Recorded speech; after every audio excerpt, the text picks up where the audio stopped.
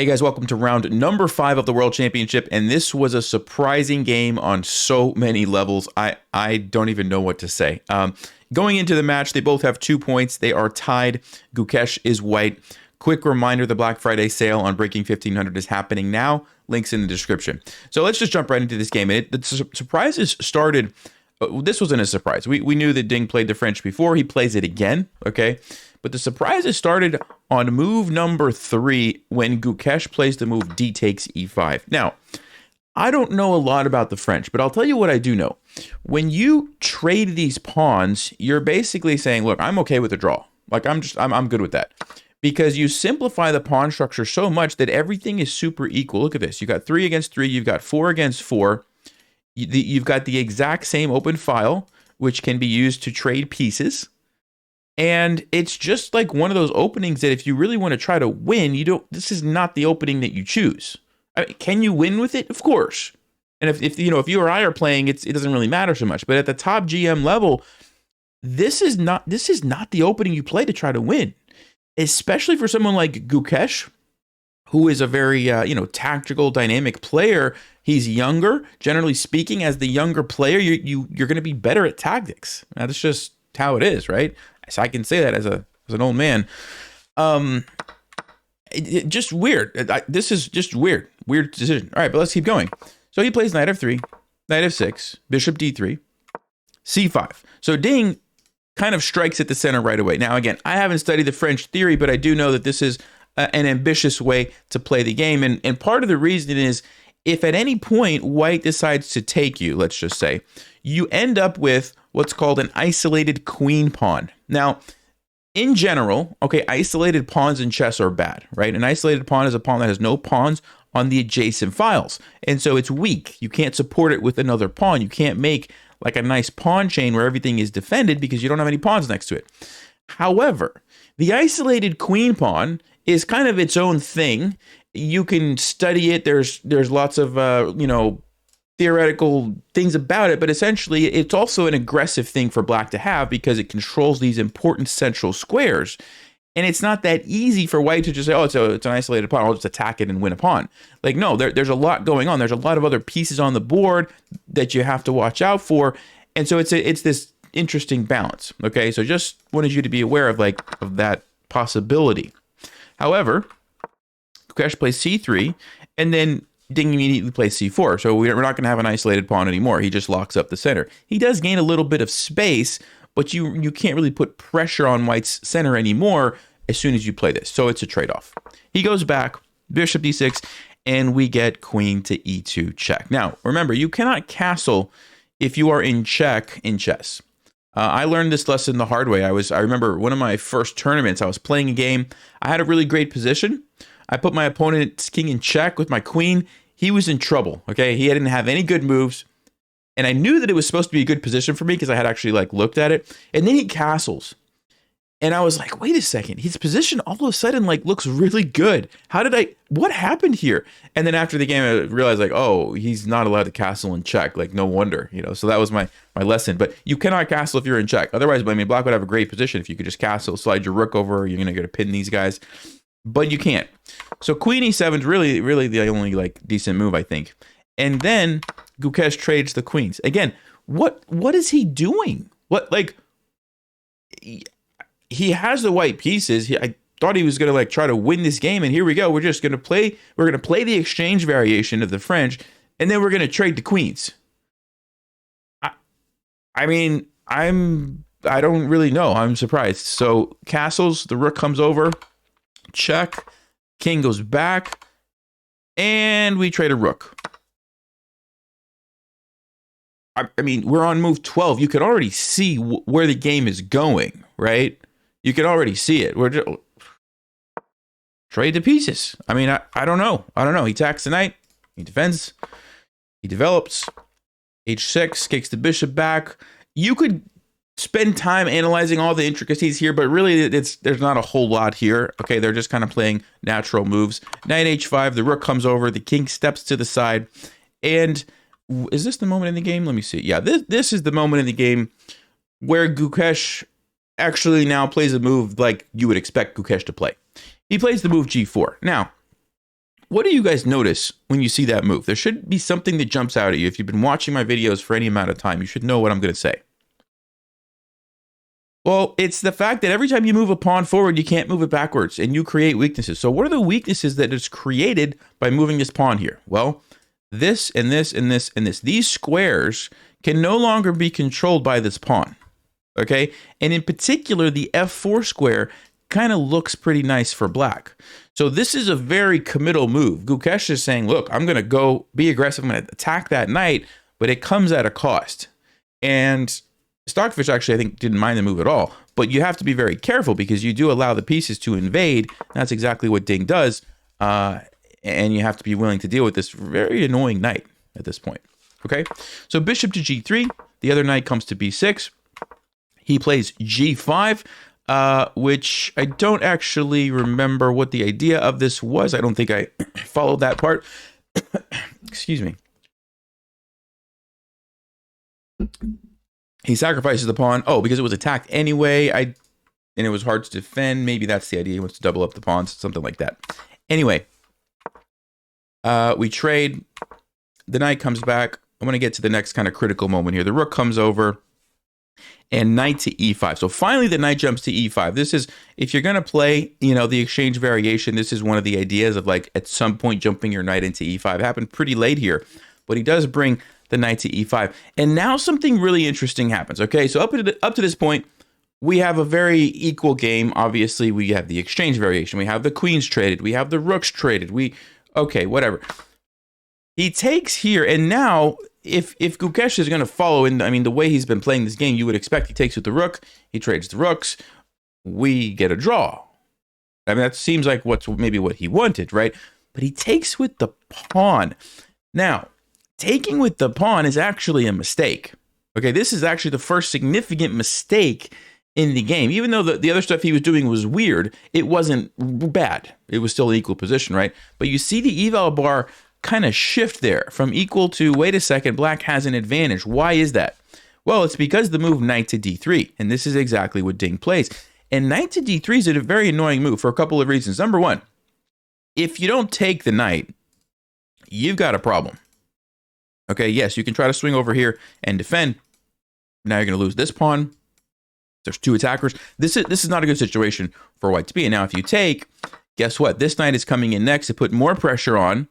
And if you ever trade, well, we're going to see this in the game actually. This pawn can become a protected pass pawn, right? So this is very serious. Now, you might be wondering, well, if he did take with the rook, and let's just say they traded, and the knight, isn't this still good for black? And the answer is not as much. And the reason is because after takes, you can stop the knight from coming in with a move like b3, and you don't have any problems. Okay? Like, you just have no problems now. You've stopped the knight. Eventually, your king's going to run probably here, and this pawn's not really a big deal, right? It's pretty equal. Let's go back to this position for a second. If you tried to do the same thing now, you take and you play b3, there are rooks on the board, which means black can go rook c8 and attack you, because this is actually a weakness that you just created. And yes, you can move your rook to defend, but this is awful. You do not want your rook to be just defending a pawn like this. And actually, there's even an immediate tactic, d4. You can't take it because your rook is pinned. So now you have to go c4, but now black has two pawns. Now, they're ugly pawns, but apparently this is, let me just show you this line. Knight to d5, again, taking advantage of the pin. You see how annoying it is for white that those rooks are on the board. The knight is coming in. Let's just say, what's the move? Like if you try to go here and attack this, you walk into knight c3, you have to move. This knight is all over you. There's some crazy stockfish lines, b5, you're basically busting open. The point is, it's really bad for white if the rooks are on the board. Okay, this was a big mistake. Okay, so that's the point. All right, so let's go back to the game. So actually, this did happen in the game, and he did take, and Ding recaptured, and then Gukesh plays f3. And he wants to create an opening for his king along the dark squares. Okay. Knight to c4. Very good move. The knight jumps in. He's attacking here. He's also attacking here. And you kind of have to take it. The knight's going to be too powerful otherwise. But once you take it, you now have what's called a protected passed pawn for Ding. Now, this is a big deal, because this pawn is only 2 squares away from becoming a queen, and it's protected. which means you can't easily capture it, and you have to constantly guard it for the rest of the game. Because if you ever just move your pieces away, guess what? Thank you very much. I get a queen in 2 moves. This is a bad situation for Gukesh. Okay, now the eval bar is not like crazy black. It's sort of still in the middle, but a little advantage for black. But this is a rough situation. The only good news for Gukesh is that these bishops are on the opposite color squares. That's the good news. Now, why is that good news? Because if you imagine he tries to just put his bishop here, it's going to be hard for black to get rid of that bishop because you can't use your bishop. You have to somehow use your rook or your king to chase it away, and that sometimes you can create blockades, and it's hard to push the pawn forward. So that's the only good news, okay? That being said, he's got some things that he can try. Rook to e4 is a good move, okay? He wants to activate his rook by putting it behind the pawn. So not only is he going to be controlling the pawn from becoming a queen, he's also going to be attacking. This is a really good idea. I think a lot of beginners in a situation like this are going to be worried about the pawn. They're going to play a move like rook d1. Don't do that, guys. Don't put your rook just babysitting one pawn like this. Try to find a more active position, and that's exactly what he does. He goes up and over here. Right? You can see the difference, right? Look at all the coverage of the board. So Ding goes bishop c6, which is the start of a sequence of weird moves that we're going to talk about more, okay? So probably a better option would have been bishop e6, just defending your pawn that way. Or maybe rook c8, defending your pawn that way. Just defend the pawn for now, and then figure out how you're going to make it, take advantage of this annoying passed pawn that you have. But he goes bishop c6. Now, the first thing that you need to understand is he's actually not blundering the pawn immediately or going for this trade, because if white takes it right away, watch, actually, what do you guys think? What can Ding do in this position? If you had a chance to look at that, the move is rook to d8, getting control of the file. Now, if you push the pawn right away, trying to get a queen, the rook just goes back and says, thank you very much.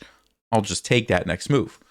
But if you gain control of the file first, the rook can't go there now because you simply take, you push, and guess what? The king is not close enough. The bishop's on the wrong color.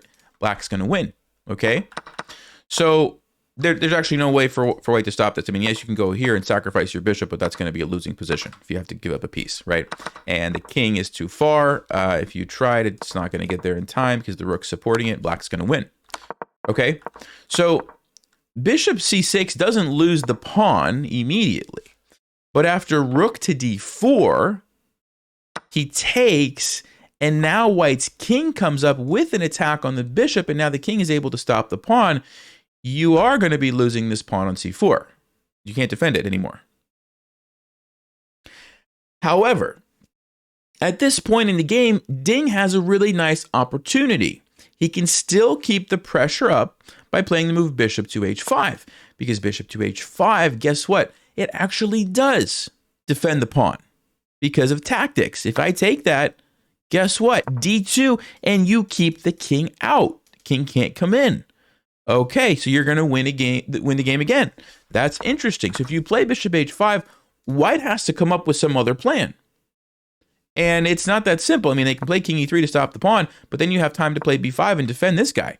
And you still keep that annoying passed pawn that white has to guard for the rest of the game. You still keep an advantage, and you can try to win the game, right? In the game, after king to f2, Ding Liren played the move bishop to c6. By playing bishop to c6, he is basically saying, I just want to draw. Like, let's just get a draw and go home. That's what he's saying. Because he's giving up this pawn. Now, this guy is not nearly as strong as it was before. And then on top of that, he goes rook d8, and the rooks get traded. And now this pawn is nothing now. You have no rook. All you have is the bishop. The king or the bishop can very easily stop it now. And then he goes bishop d5, king here, gives up the pawn, and just sets up a fortress to get a draw. If you ever want to get a draw in opposite color bishop endings, this is what you do. You put all your pawns in the same color as your bishop, and you just sit there. You just sit there and you move back and forth. That's it. Because white can't push forward. You can't move because every time you'll get captured, right? Everything gets captured. I've got to say, this is very disappointing. from just the standpoint of like Ding had a very low risk opportunity to really try to win the game. Let's go back to the critical moment, because I'm very, very surprised by this. Like right here, why don't you at least go bishop h5 and okay, he's gonna go here and play b5. Like, why would you not want to at least attempt this position? I mean, yes, the rook maybe is gonna like start attacking stuff, but who cares? And I actually want to show you. There is you defend. Let's say the rook keeps trying to pester you. There's a really interesting idea here that Stockfish says you can do. G5. Actually, hold on. I'm going to show you a different one. Let's say that after b5, the rook just immediately goes to the 7th rank to attack. Okay, watch what you can do. Stockfish says, abandon this pawn, play g5, let him take it, play f5. This cannot be en passanted, by the way, because of the check on the king. It's a pin. So you're threatening a fork. So white's like, okay, that's not good. Let me get away from that. f4 pushes the bishop back. Rook takes e5. You're busting through. Look at this. And the game is already over. Now, of course, I didn't play the best moves. I'm just showing you, like, there were some very real winning chances for Ding in a lot of potential lines. Now, of course, Gukesh is a much better player than me. He's not just going to randomly go hunt down a pawn and allow all this to happen. But this idea of pushing these pawns, I think Ding could have come up with this easily if he actually spent some time thinking about it. I mean, he had 30-something minutes on the clock.